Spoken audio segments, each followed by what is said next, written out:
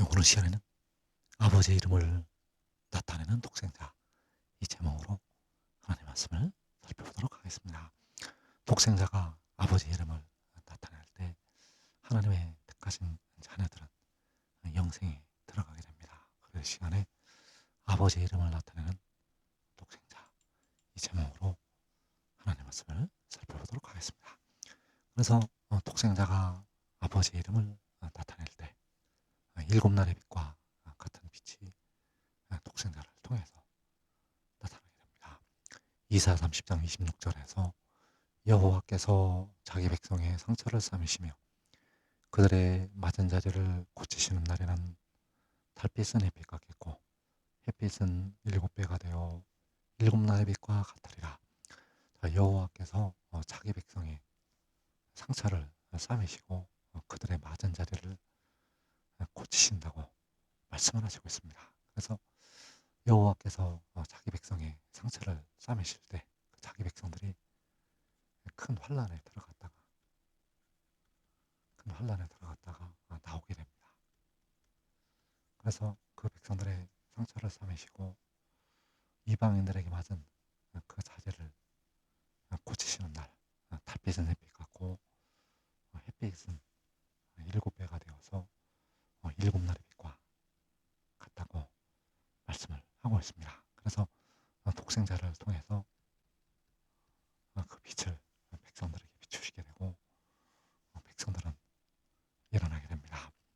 그래서 그 일곱 날의 빛과 같을 때 그날이 바로 독생자가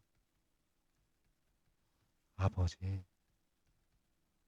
이름을 나타낼 때 이사 30장 27절에서 보라 여호와의 이름이 원방에서부터 오되 그의 진노가 불붙듯 하며 빽빽한 연기가 일어나듯 하며 그의 입술에는 분노가 잦으며 그의 혀는 맹렬한 불 같으며. 여기에서 보라 여호와의 이름이 원방에서부터 온다고 말씀하고 있습니다. 그래서 그 진노, 바로 이방인들을 향한 진노, 하나님의 백성들을 짓밟았던 이방인들에 대한 그 진노가 일어나게 됩니다. 그래서 그 진노로 여호와의 이름이 원방에서부터 온다고 말씀하고 있습니다. 독생자가 그 아버지의 이름으로, 바로 여호와의 이름으로 원방에서부터 오게 되고, 이날 햇빛은 일곱 배가 되어서 일곱 날의 빛과 같게 됩니다. 계시록 7장 3절에서 또 봄에 다른 천사가 살아계신 하나님의 인을 가지고 해돋는 데로부터 올라와서. 여기서 다른 천사, 이 다른 천사가 바로 독생자, 요한계시록 10장에서 구름을 입고 하늘에서 내려오는 그 힘센 천사, 그가 바로 독생자요. 그 독생자가 살아계신 하나님의 인을 가지고 바로 그의 아버지의 이름으로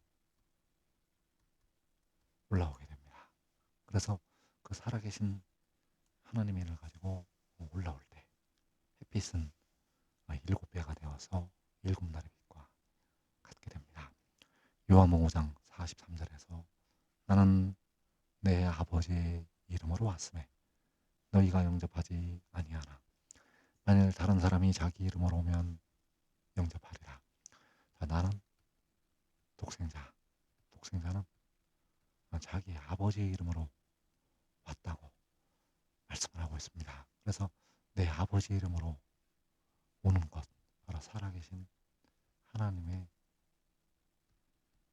인을 가지고 올라오게 된다는 사실입니다. 그래서 이때 버리듬을 당하는 자들은 그를 받아들이지 않게 됩니다. 그래서 그 이름을 가지고 올라오는 이유는 그 이름을 독생자에게 주셨기 때문입니다. 그 이름을 아버지께서 주신다는 것. 요한복음 17장 11절에서 거룩하신 아버지여 내게 주신 아버지의 이름으로 그들을 보존하사 우리와 같이 그들도 하나가 되게 하옵소서. 자, 내게 주신 아버지 이름, 바로 아들에게 주신, 독생자에게 주신 아버지 이름. 그래서 그 이름을 아버지께서 아들에게 주신다는 사실입니다. 이사 42장 6절에서 나 여호와가 의로 너를 불렀은즉 내가 내 손을 잡아 너를 보호하며 너를 세워 백성의 언약과 이방의 빛이 되게 하리니 내가 눈먼 자들의 눈을 밝히며 갇힌 자를 감옥에서 이끌어내며 흑암에 앉은 자를 감방에서 나오게 하리라. 나는 여호와이니 이는 내 이름이라. 나는 내 영광을 다른 자에게 내 찬송을 우상에게 주지 아니하리라. 자, 여기서 여호와께서 나는 여호와이니 이는 내 이름이라고 말씀을 하시고 있습니다. 그래서 그 이름을 아들에게, 바로 독생자에게 주시게 됩니다. 우상에게 주지 아니하시고 다른 자에게 주지 아니하시고 아들에게 그 이름을 주신다는 것. 그래서 내게 주신 아버지 이름, 그 이름으로 그 아들을 세워서 백성의 언약과 이방의 빛이 되게 하신다는 사실입니다. 그래서 그 독생자는 자기의 아버지의 이름을 백성들에게 나타내게 된다는 사실입니다. 요한복음 17장 6절에서 세상 중에서 내게 주신 사람들에게 내가 아버지의 이름을 나타내었나이다. 그들은 아버지의 것이었는데 내게 주셨으며 그들은 아버지의 말씀을 지키었나이다. 내가 바로 독생자가 아버지의 이름을 나타내었다고 말씀을 하고 있습니다. 그래서 아버지 이름은 바로 아들에게 주신 아버지 이름은 바로 만군의 여호와, 그 이름을 백성들에게 나타내게 됩니다. 그래서 그 이름을 나타내는 날 햇빛은 7배가 되어서 7날의 빛과 같게 된다는 사실입니다. 요한복음 1장 18절에서 본래 하나님을 본 사람이 없으되 아버지 품속에 있는 독생하신 하나님이 나타내셨느니라. 아버지 품속에 있는 유일하게 태어난 신이 볼 수가 없는 하나님을 나타내게 됩니다. 바로 그것이 자기의 아버지의 이름을 나타내는 것. 그래서 그 아버지의 이름을 나타낼 때 백성들은 볼 수가 없는 하나님의 영광을 보게 되고 그 영광이 하늘을 덮게 되고 그 영광이 하늘을 덮게 되고 온 땅에 그 이름이 아름답게 된다는 사실입니다. 그래서 그 일을 이루시기 위해서 아들이 영화롭게 됩니다. 요한복음 17장 1절에서 아버지여 때가 이르렀사오니 아들을 영화롭게 하사 아들로 아버지를 영화롭게 하게 하옵소서. 아들을 영화롭게 하시면 아들을 영화롭게 하시면 아들이 아버지를 영화롭게 하게 됩니다. 백성들은 영화롭게 된 아들을 보고 영화롭게 된 아들을 보고 그와 같은 형상으로 변화가 됩니다. 그를 믿는 자들은 그 영화를 보고 그와 같은 형체로 영광의 형체로 변화가 된다는 사실입니다. 그래서 그 아들을 영화롭게 하시는 날 이사 4장 2절에서 그날에 여호와의 싹이 아름답고 영화로울 것이요 그 땅에 솟아는 이스라엘의 피난한 자를 위하여 영화롭고 아름다울 것이며 그날에 여호와의 싹이 아름답고 영화로울 것이라고 말씀을 하시고 있습니다.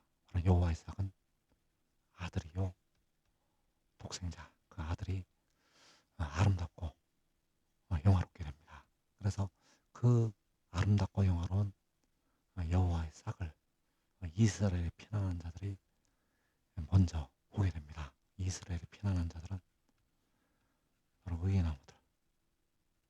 이들은 시험에 들으면 하나님의 종들이 되겠습니다. 이사야상 3절에서 시온에 남아있는 자, 예루살렘에 머물러 있는 자, 곧 예루살렘 안에 생존한 자 중 기록된 모든 사람은 거룩하다 칭함을 얻으리니 이는 주께서 심판하는 영과 소멸하는 영으로 시온의 딸들의 더러움을 씻기시며 예루살렘의 피를 그 중에서 청결하게 하실 때가 됨이라. 자, 여기에서 더러움을 씻기시고 그 피를 청결하게 하신다고 말씀을 하시고 있습니다. 그래서 이 더러움, 이 피는 아직 육신에 거하는 죄를 말씀을 하시고 있고 그 모든 죄를 다 씻기시고 청결하게 하신다는 사실입니다. 그래서 그 예루살렘에 머물러 있는 자들의 시온에 남아있는 자들의 죄가 이날에 씻음을 받게 됩니다. 바로 여호와의 삭이 아름답고 영화롭게 될 때 그 여호와의 삭을 통해서 바로 독생자를 통해서 이들의 모든 죄가 씻음을 받게 된다는 사실입니다. 그래서 독생자가 그 시온에 남아있는 자들에게 화관을 씌워주게 됩니다. 이사 61장 3절에서 무릇 시온에서 슬퍼하는 자에게 화관을 주어 그 죄를 대신하며 기쁨의 기름으로 그 슬픔을 대신하며 찬송의 옷으로 그 근심을 대신하시고 그들이 의의 나무 곧 여호와께서 심으신 그 영광을 나타낼 자라 일컬음을 받게 하려 하심이라. 자, 여기에서 그 의의 나무 바로 예루살렘에 머물러 있는 자들, 그 예루살렘 안에 생존한 자들, 이들에게 화관을 씌워 주시게 되고 이들이 의의 나무라 여호와께서 심으신 그 영광을 나타낼 자라 일컬음을 받게 하신다는 사실입니다. 그래서 지금 하늘의 일을 믿고 순종하는 자들은 그 예루살렘 안에 생존한 자들이 되어서 먼저 변화가 된다는 사실입니다. 그러나 행한 대로